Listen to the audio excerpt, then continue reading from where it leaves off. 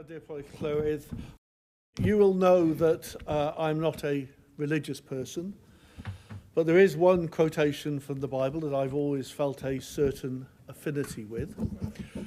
It is easier for a camel to pass through the eye of a needle than for a rich man to enter the kingdom of heaven. For those who doubt it, it is in Luke 18:25, Mark 10:25, and Matthew 19:25, and also in the Quran.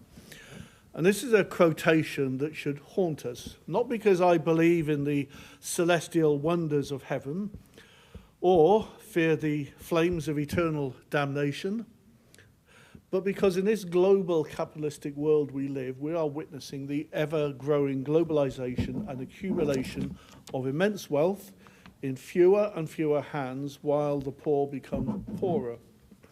In the UK, one of the fundamental aspirations and objectives of socialists and of the labour movement have been the creation of a fair and just society, the empowerment of working people and communities, and a fair share of the wealth created in our society.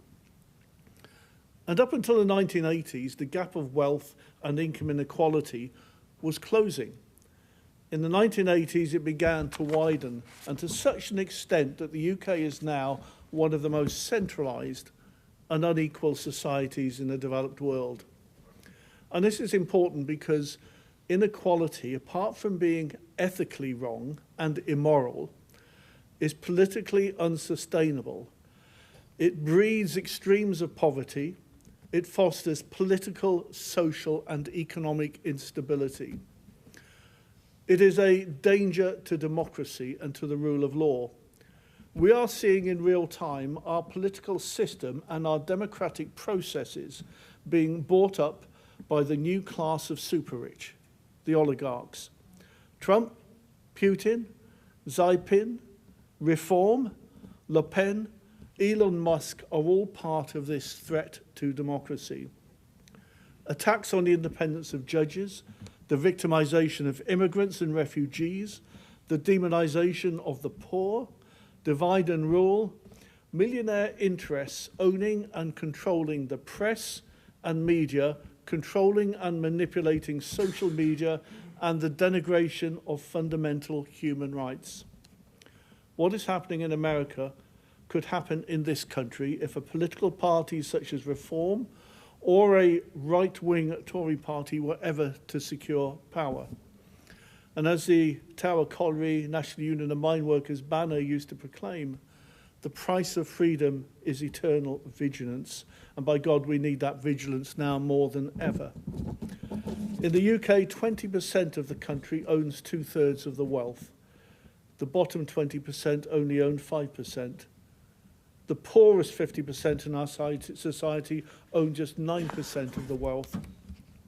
The top 1% share of wealth doubled in the past decade and own 11% of the wealth. The 50 richest families in the UK own £466 billion, equivalent to the combined wealth of 50% of the UK, who also own £466 billion. In 1990, the UK had 15 billionaires. We now have 156 with a combined wealth of 681 billion. 25% of the wealth is not earned, but inherited wealth.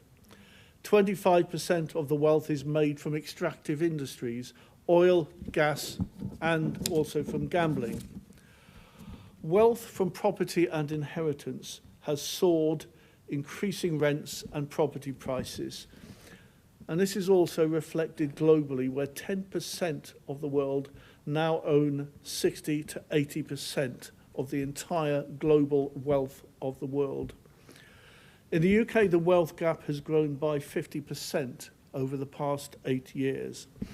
As the LSE Fairness Foundation state, in Britain, wealth is even more concentrated in the hands of the few. The sheer size of the wealth gap poses major risks to our economy, our society, and democracy, and our environment. So in summary, wealth inequality drives poverty. It also distorts democracy. The rich And corporations, through their influence in the democratic system, perpetuate the mythology of trickle-down wealth and a false dependency on excusing the wealthy from any responsibility for taxation and the well-being of society. And Iron Bevan said, "We knew that without concerted effort and meaningful action, inequality will continue to widen." So to action. We need a fair tax system and a rebalancing of income tax in favour of the poorest in society. We need to address wealth inequality and imbalance across the nations and regions of the UK. This must mean a fairer system of inheritance taxation. Ordinary working people don't pay inheritance tax because they don't own enough wealth. We need a fairer capital gains tax system. We need a fairer capital... Sorry? Yes, of course. I'm just wondering how you respond to recent Institute for Fiscal Studies figures showing how reliant the UK tax system is on a small number of individuals, the top 1% contributing nearly 30% of income tax, the top 5%, 50%, and the bottom 50%, just 10%. So there's a degree of proportionality. And to figures from the ONS showing that the UK's immigration statistics have shown a significant increase in the number of British nationals leaving the UK following UK Chancellor's tax rises, particularly amongst the super rich, and this is already hurting UK finances. And finally, how do you respond? I know you will be familiar with this, the 2016 research by Cardiff Business School, which found that actually cutting the higher rate tax in Wales would result in additional revenue of £500 million a year after a decade. Well, because you concentrated essentially on the issue of income. Income is merely one aspect of wealth, and the percentage you refer to doesn't mean that the percentage is actually fair. It just means we have a very distorted and imbalanced income system. The crux of what I'm addressing is actually really to do with the actual wealth of the nation and the extent that the accumulation of that wealth has grown exponentially, disproportionately, and is now a threat to economic and social stability. So I'll carry on to action. We need a fairer capital gains tax system. We need a fairer capital transfer tax system and a closing of the loopholes designed by the wealthy to avoid taxation.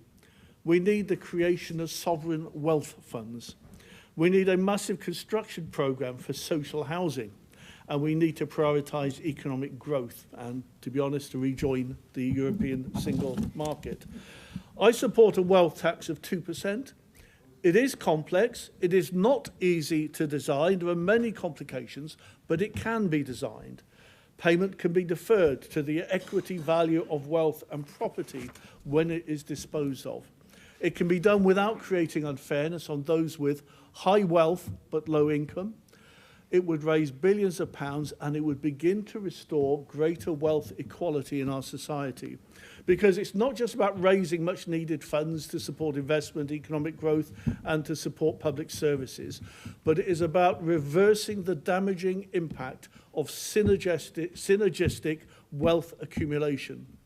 You know, one economist recently stated, you know, if you don't have assets now, you are screwed. You will never be able to afford them. £5.5 trillion of wealth will be transferred over the coming decades. Some will inherit millions, others will inherit care bills. Equality must be used as the cornerstone of our common human values, and we must make it so again. And maybe then we will all, even Sam Rowlands, be able to get into the kingdom of heaven. Oh.